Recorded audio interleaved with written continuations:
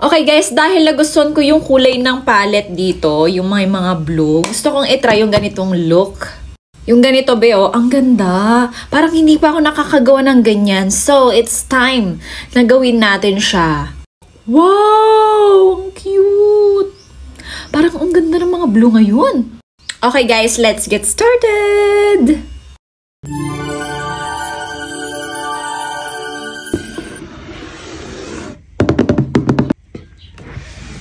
Nakita nyo naman yung mga packaging niya, 'di ba? Nakakaloka talaga. Alam mo yun, hindi ko inasa. Paano nila ginagawa tong mga to? Nakakaloka. Ang gaganda. Packaging pala. Panalong-panalo ka na. Ang ganda. Kung mahilig ka, girl, sa mga ganitong klase ng makeup, yung packaging pa lang, ay naku, bonggang-bongga ka na. Ang gaganda. Pati yung mga kulay niya, kakaiba talaga, be. First of all, meron silang Dewy Hydrating Primer. Ito siya, be. Ang ganda ng primer. Ang ganda ng lalagyanan niya, be. Parang ayaw mo na siyang galawin, be. Ang ganda. Try natin kung maganda siya. So, ganito ang kanyang consistency. So, dewy daw siya. Uy! Alam mo, maganda tong pang ano. Ang napaka-ano niya lang. Napakagaan niya lang sa balat. Like, natutunaw siya, oh. Natutunaw siya kapag i-apply mo. So, alam naman natin ang mga angel look talagang maamo talaga. Yes, maamo ang kanilang face. So, ito ang perfect time natin para magnilay-nilay. Dahil malapit nga ang Semana Santa. Perfect itong little angel na ito, mga auntie. Magbawasan ng kasalanan. First, don't forget the bronzer. Maglalagay na rin ako. Especially sa noo kasi laki ng noo ko, be. Sorry na. I'm using ACN Co in the shade Torrid. Lagyan na ako nitong Get Ready With Me Radiance Tint in the shade Butterscotch. Mas maputi na ito kasi para mas bongga. Kasi medyo Chinese kasi yung gagawin natin. Chinese makeup. So, make sure talaga na medyo light yung ating ilalagay na concealer or foundation. Of course, contour na ng nose. Get Ready With Me. Gamitin ko tong Flower Nose One collection naman nila.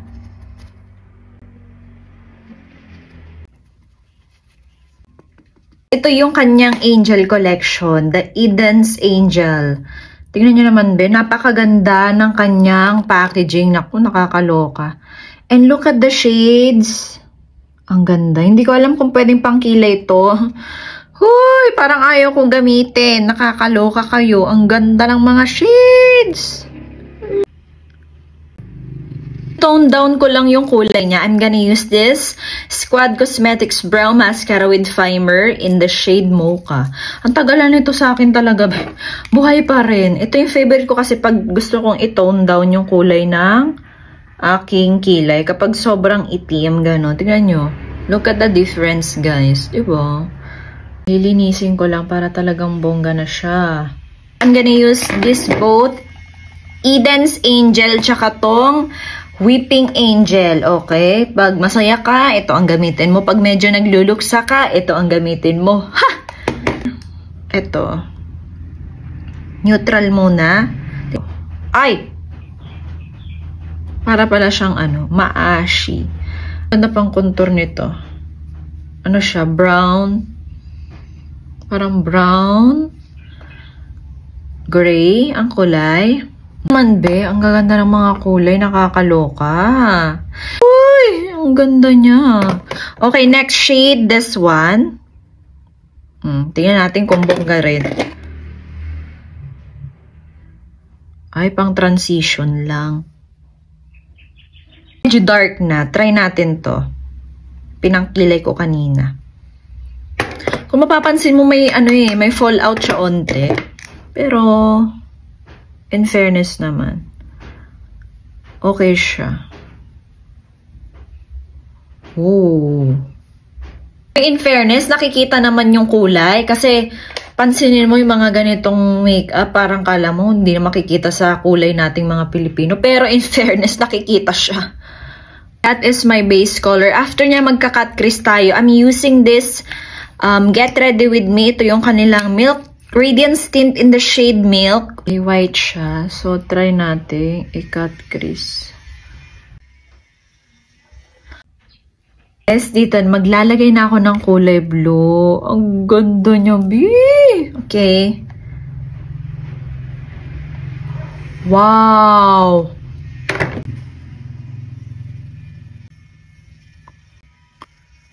Hoy! Ang ganda niya. And then, blend natin yung gilid niya. Para hindi masyadong harsh. Kung eyeliner tong pinaka-black dito sa Eden's Angel palette. Wow. Guys, ang pigmented. I use this shade. Whoa. Hoy. Lagay ako ng glitters. Yan, this is from Swan Collection. Grabe.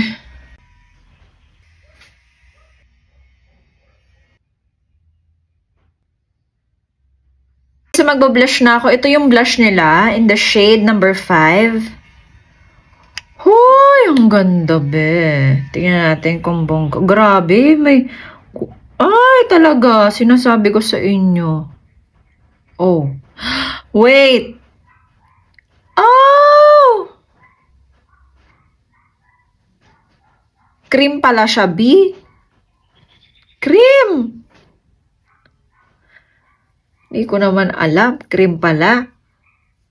Ako sa Swan Collection. From Swan Collection. Ayan.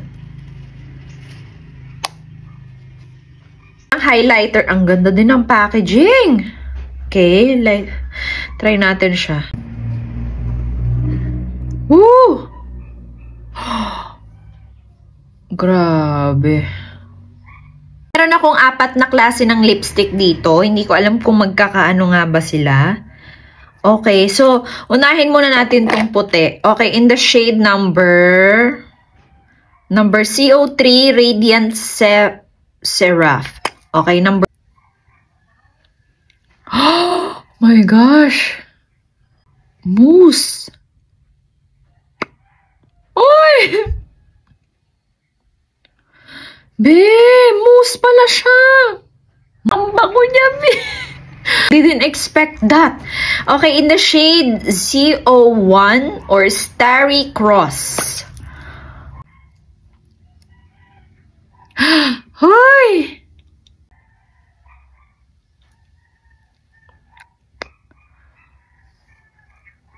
This in the shade CO1 Starry Cross.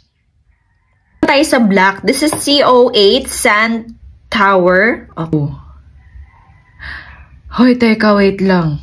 Ito, ang ganda. Nagigigil ako. Ang ganda. Naman si CO9. This in the shade Dark Angel. Oh, grabe, dark siya. Pero hindi siya mukhang dark.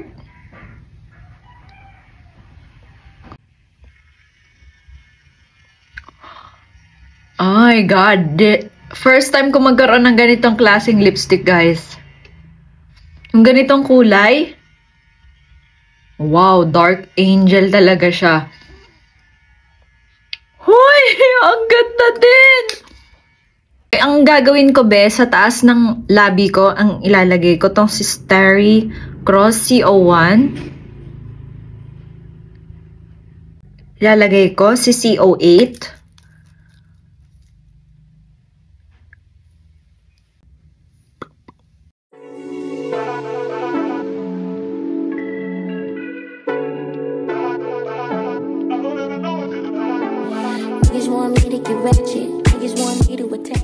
Okay guys, this is the finished look. Hope you guys like it. Ayan, nagustuhan niyo ba yung look natin ngayon? I very like it. Let me know guys kung ano ba ang gusto nyo gawin ko next. Anyways, this Flower Nose Little Angel Collection. So check out nyo kung gusto nyo ma-avail itong mga products nila.